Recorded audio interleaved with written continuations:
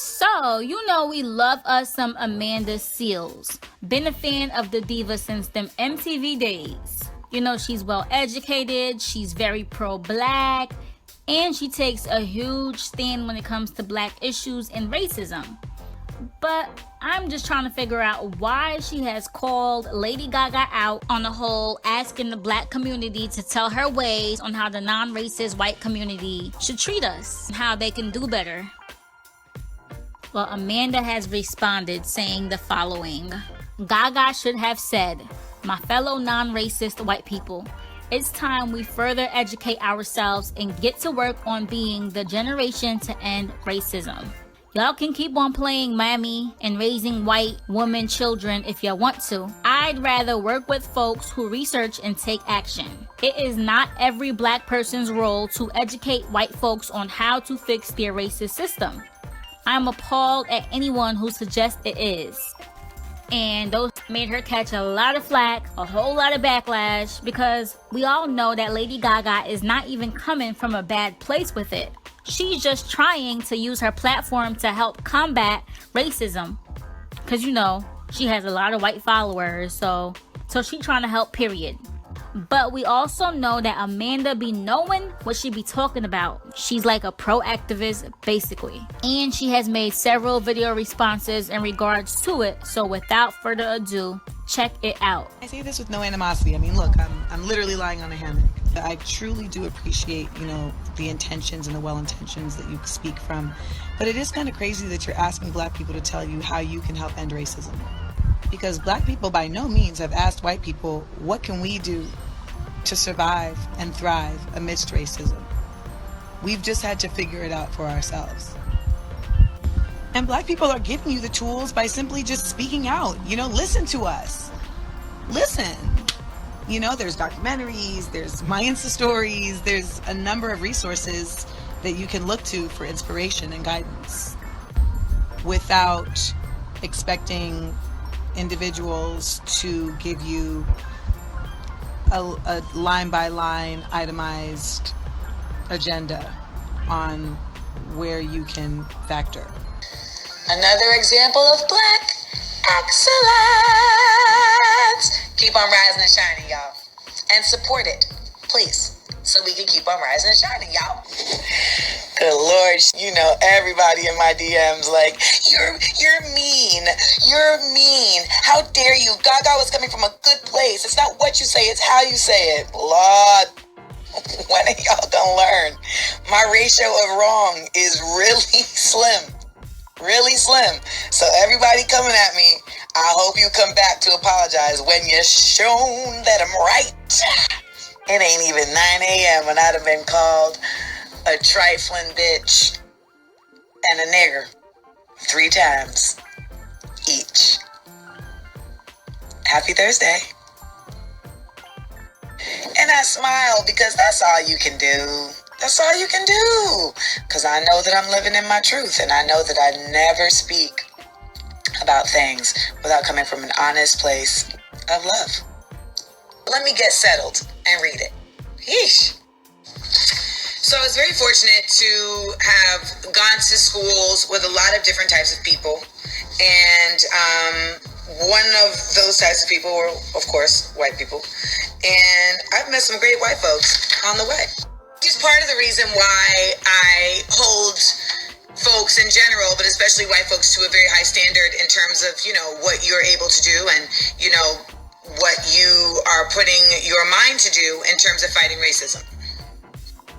Now, I've been getting a lot of praise, but also a lot of heat for saying that it's not black people's place to have to educate white people on how to fight racism. Of course, the first step is really just ethics-based. If you see something, say something. But my white friend, so ethically lays it out that I wanted to share. A few thoughts for shocked white people everywhere. The event and demonstration in Charlottesville is domestic terrorism. This terrorism is fueled by racism, anti-Semitism, xenophobia, white supremacy, Nazism, malignant complacency, and run-of-the-mill ignorance. The protection of terrorism and hate speech under the mantle of free speech is another example of institutionalized racism and white privilege. DJT has consistently empowered and emboldened all of the above pre-existing conditions through coded language interpreted as promises by the KKK, David Duke, anti-Semitic, and white supremacist DJT continues to make veiled appeals to this now unhooded racist base. Supporting DJT's presidency is supporting the amplification of white supremacist terrorism and everyday racism. Murder and violence is a direct result of the above. This should not be a surprise, fellow white people.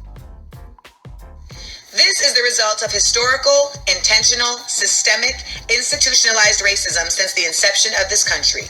If you, as a fellow white person, are shocked by these events, I lovingly suggest you are naive at best, complicit or worse. For shocked white people who are naive, let these events be a wake-up call to gift yourself a deeper understanding of the shameful legacy of racism and xenophobia in this country. I challenge you, as I challenge myself, to make it a priority to learn, listen, and identify how you can be an ally to POC and the systemically disenfranchised and disempower the myth of whiteness. If you choose not to do so after the events of today, you remain willfully ignorant and part of the problem. While I do not support the empowerment of whiteness as a concept, I acknowledge I benefit from white privilege daily. White people who feel threatened by equality and protection for POC or simple statements like Black Lives Matter are suffering from highly problematic white fragility at best. That was a joke. The white people aren't the ones suffering here. She good. It is the responsibility of white folks to make themselves and those they love distinct from the faces of racism and white supremacist terrorism. Through both words and actions as they move through the world every day. You see how she capitalized it? Every day. And not only on days when it makes the news. It is not the move to ask your POC friends to fill you in. If they volunteer, listen and be mindful of whitesplaining. If you misstep here, apologize and don't shy away from future conversations. She offers up white people litmus test. Do the phrases structural racism and or institutionalized racism bring specific events and policies to mind for you? If not, you need more info. Quick start suggestions. Watch the documentary 13th on Netflix. Make a donation to a relevant organization. And I'll even throw in, just Google those terms that she just mentioned. Hope this helps. I have a lot to learn myself and welcome conversation. That's what I'm talking about. Shout out to my boo Allison, alumnus of Dr. Phillips High School and NYU. She was class of 2000 and she's my motherfucking friend. Time and again, everyone's role in revolution is different. Desmond Tutu challenged apartheid different than Nelson Mandela, Martin Luther King, Malcolm X. The choice is yours on how you want to create change. The fact is that all of us, as long as we're on the same goal for change, we're doing the right thing. So if you feel it is your position to guide white folks on how they can challenge racism, so be it.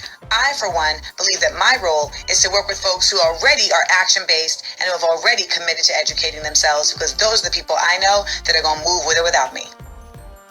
My statement was, it is not every Black person's role to educate white people, because it should not be an expectation. That's all. And now I'm going to go do something else with my life and keep on talking to y'all about this bullshit. PettyBlog.com. Wow, we do see what she's trying to say, right? How do y'all feel about this? Does she have a point? Leave your thoughts below and don't forget to like, share, and subscribe to this page for more. Also, don't forget to hit that bell to join the notification gang. PettyBlog.com signing off.